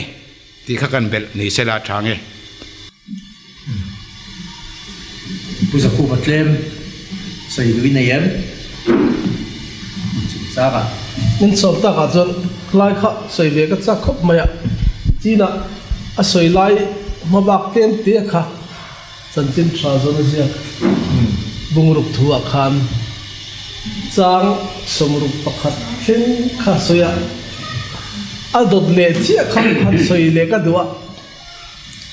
he thu hi an tilung ni lo cheu lo ani lo le mixing fa pa hi ma na om na ngai lon choi hu chuan eng tin nge in tiang le tinung tu chu tharaw ani ti sa nga chinga ma tang kai lo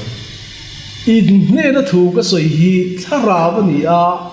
nun na pu ni atian i so kha ti chuan a zo na chu chang thei ka no mem thu thung thar ataksa le ti sen he Eucharist Sacrament hi pelovin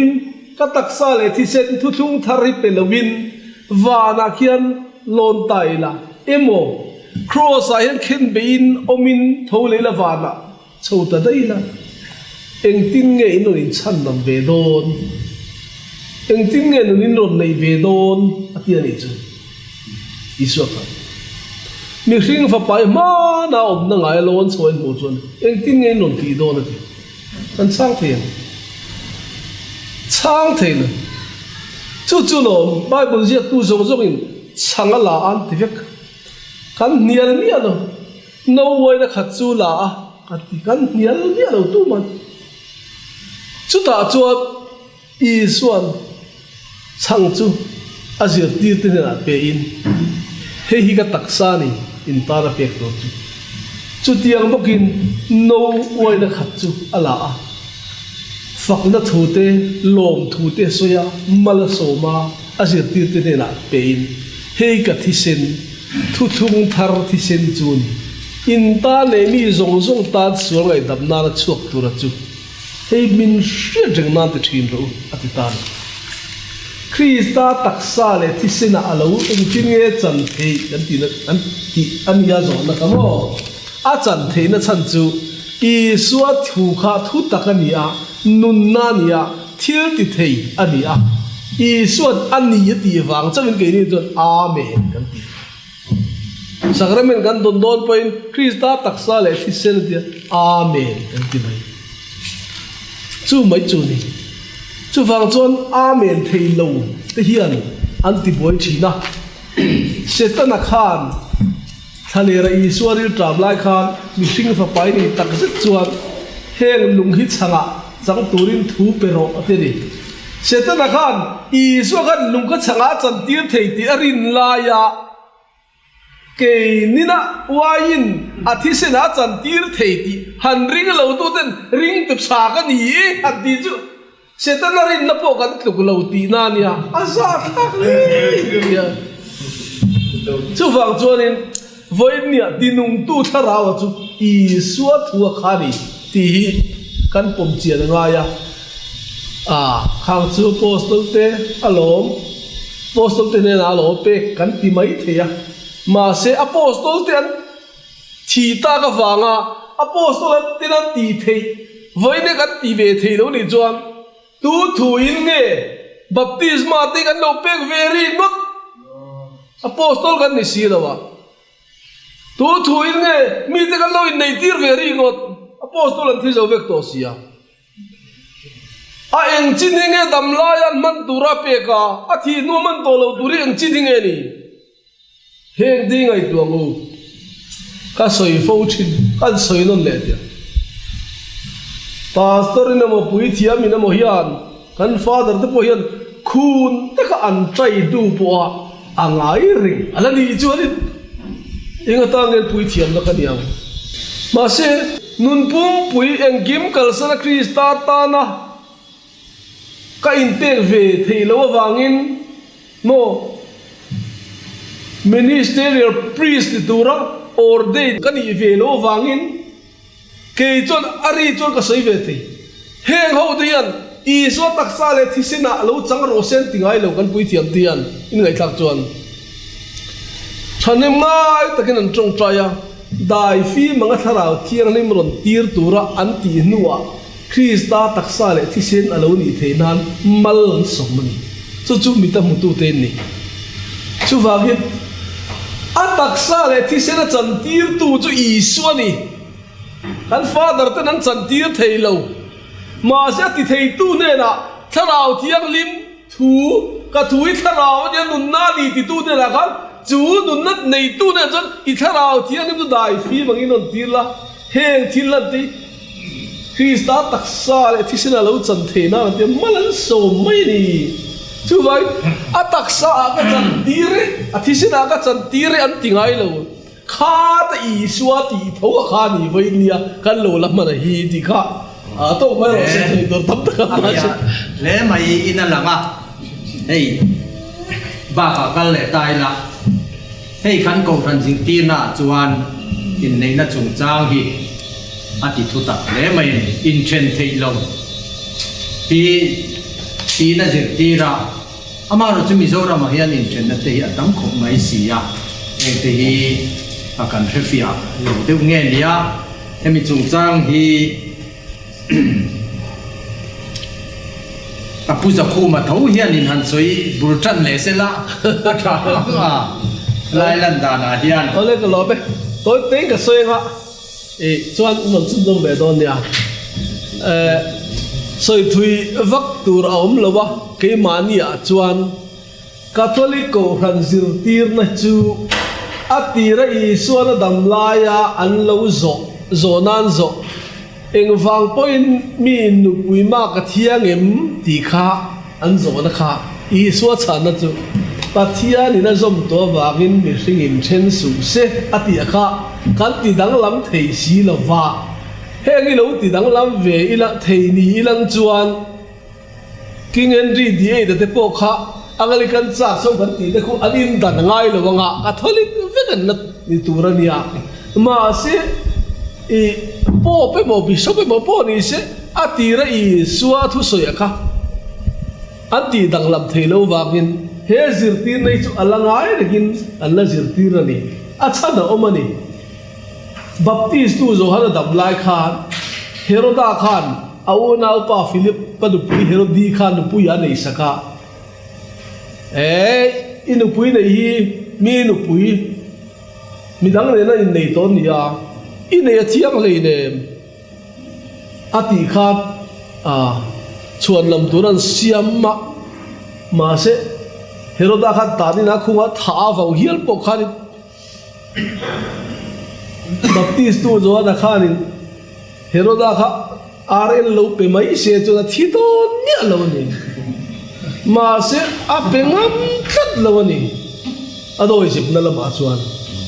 ale na ma chuan thi ngam thakin pathian thu ka tran le tlat thu ani chu wangin adoi lo na tura do ya a huai na tura huai le si lo I suwa thu tran hian eng chen ni nge kan din ve ngam then khat chuan khita pathang khu mai in loa pakhat bula in loa soipon um vak lowa enga tinge heti ngai ti he zo ta mixing tan an zom sen ni hek lo mixing ta chona zom tan zom the ni lo lo tia mixing tan zom the ni lo si chuan bo mi nem mi zo mang tia mixing ta tan zom tura pe ka ni mo chu wangin Catholic Kohhran point in China Peteyang hiari dan soya in China ni lavin Chrisel lo na wangle inga mohar sat na wangin Kohhran rem ti na in ran phalani tin mo sia hun lai khan in China le kha pe ma se adang nei le na apek thu khoya ma kan mulo Kohhran in omphana lo pe ni point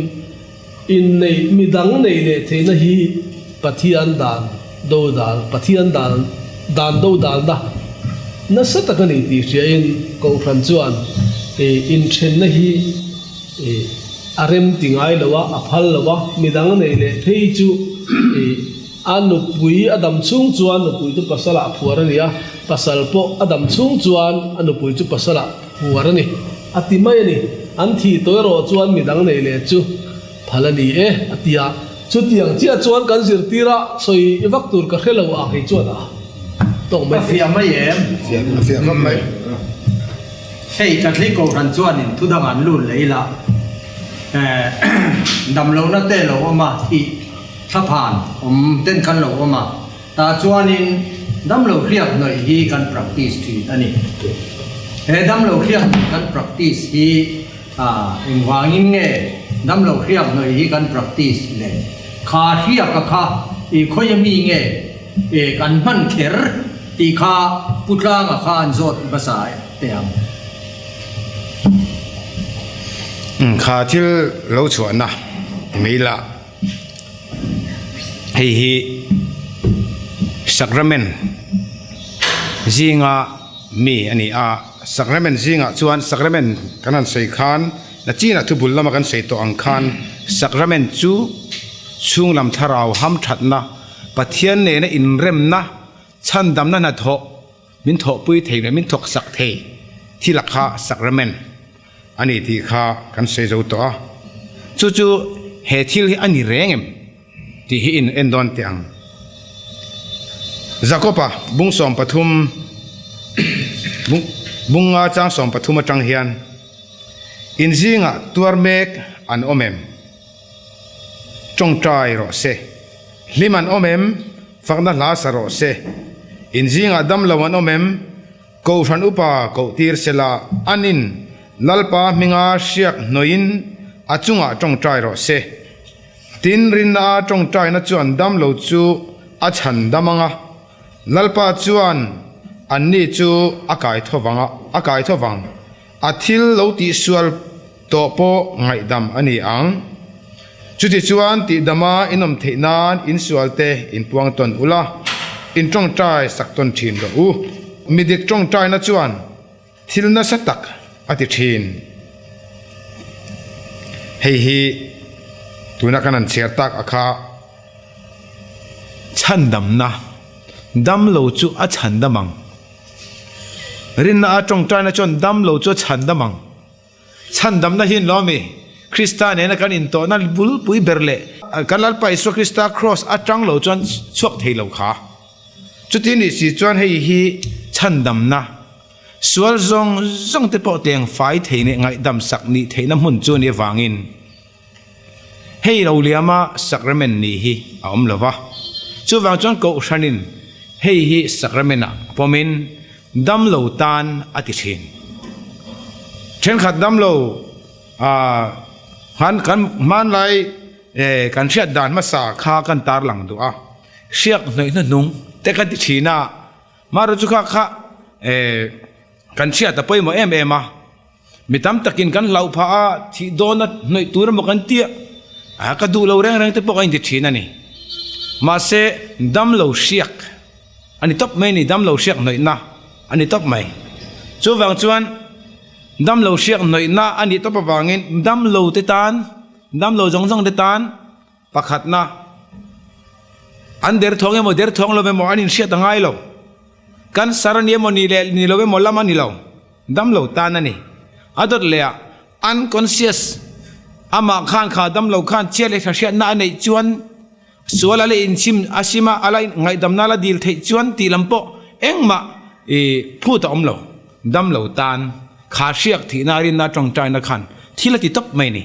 chu power kan ti sacrament a power om kan ti tak kha ni adot le a chuan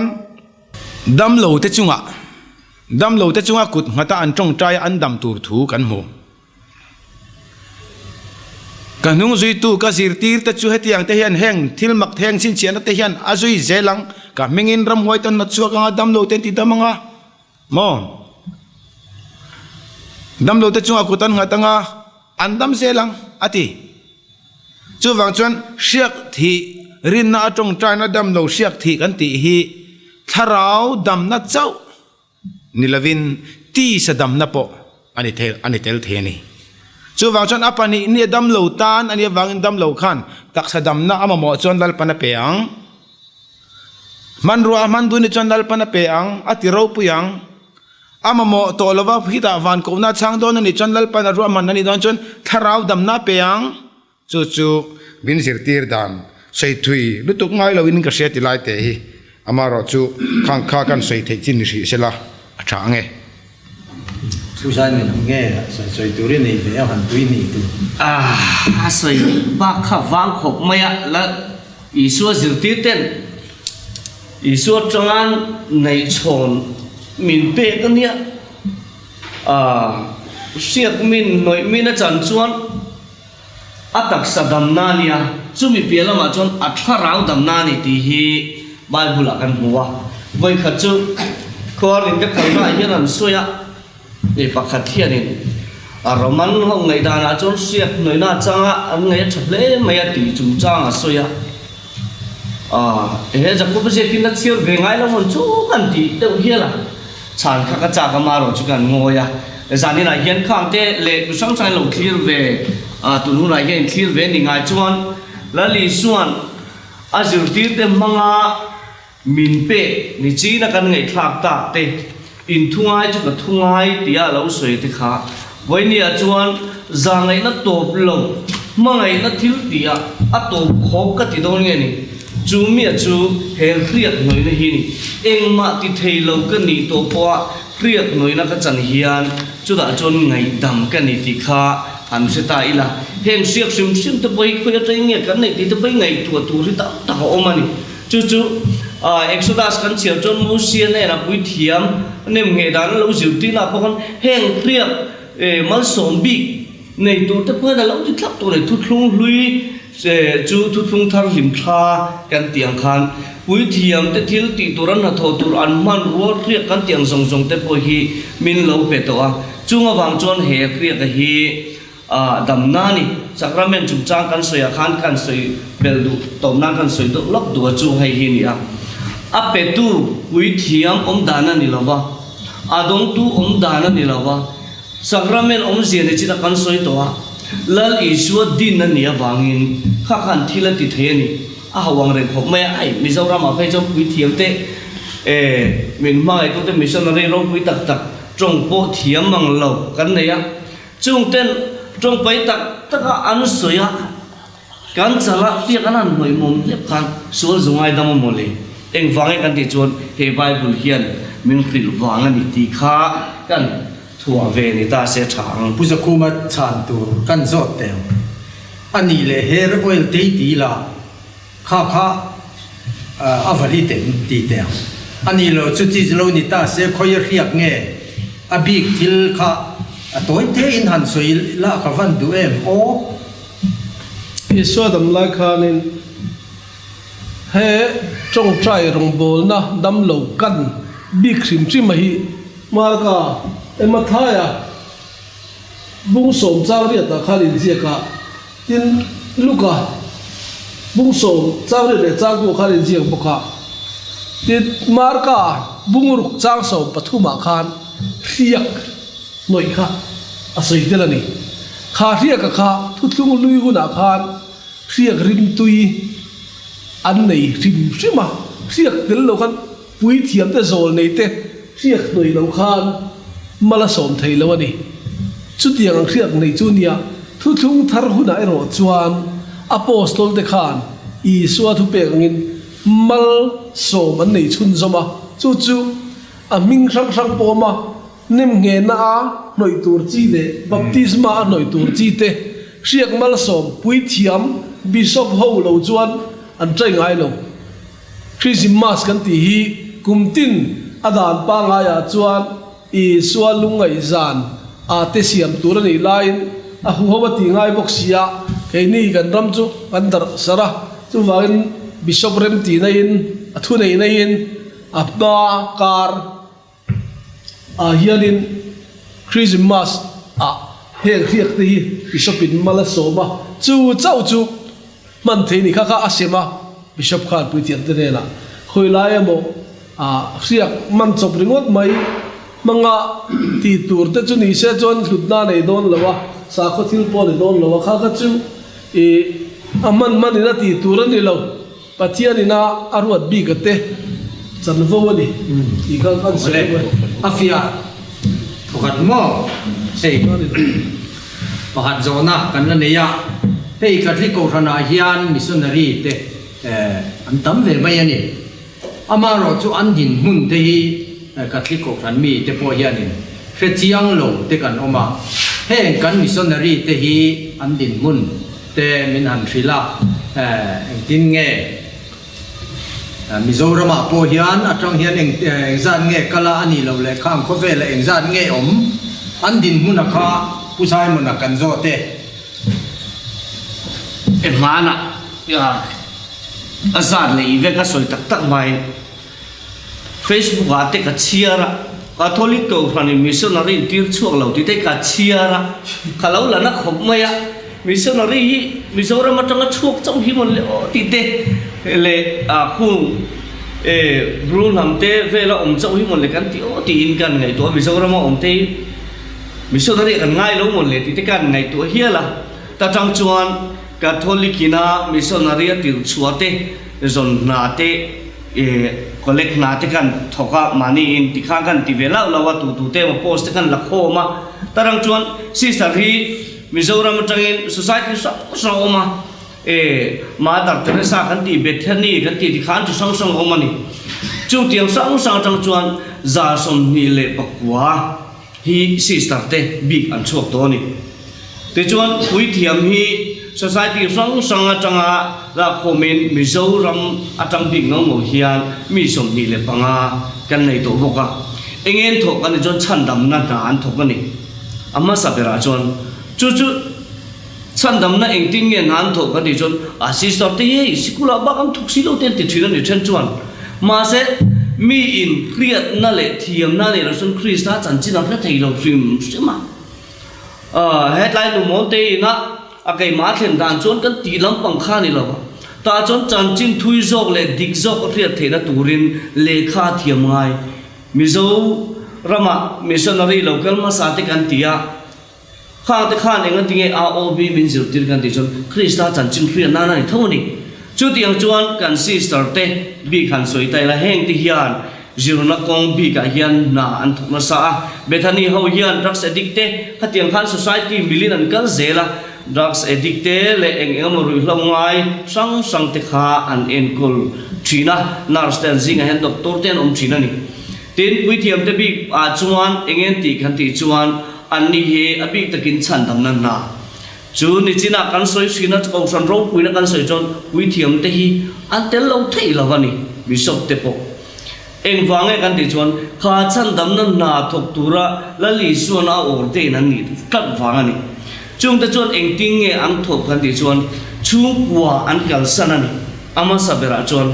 chung kwan kal san Isu Krista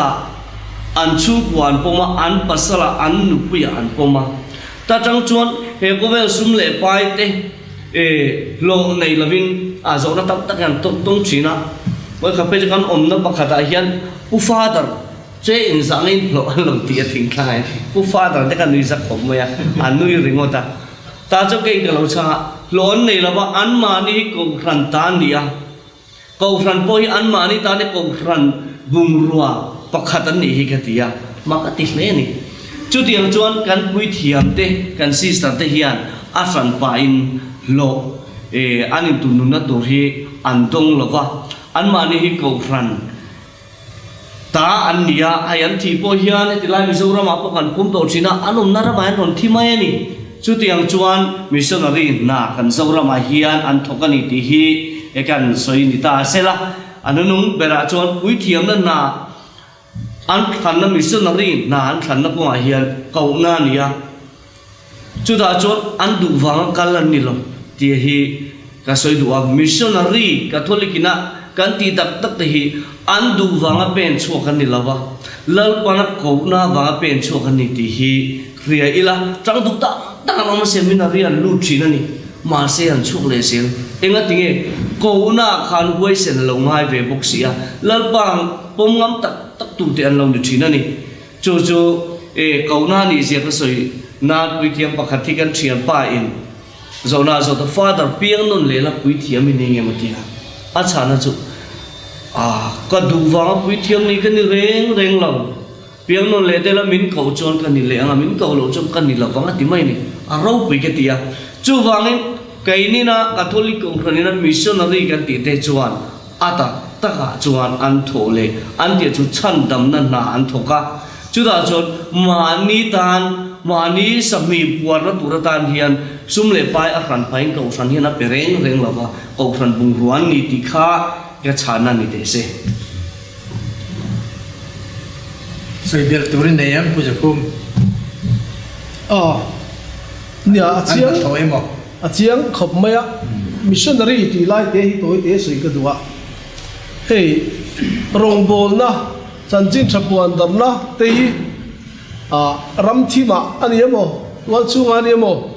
missionary kan ti lai hi a eng chin hi nge ti do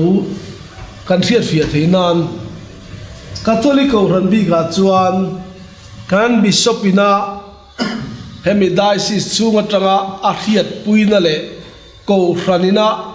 atir chu ate hi missionary tia chiar lo da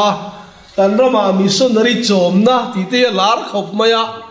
tuwe mo he thanem ngai takin chanchin thahil du ta sela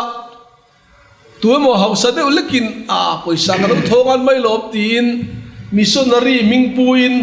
chanchin thahilin fe chuak ta se mi hausa pakhatin a fe chuana a hlo lo peta se aminga missionary chomna anti mai the pol danga chuan ma se ke ni ko rana chuan kha missionary a kan chiar ve theilo te adni a chu wangin catholic ina missionary kan ti hi chu aril khop me tu na pusai ma soyang khan anni te po hi kan kedakis chanchin thapuang tu ten nia missionary tin kan lam anni love ti chu ka soi lawa missionary tin kan lam ngai lo reng ani missionary kan ti nga to chin hi chu Krista ina ko nun pui lana ram ri kham lowa mo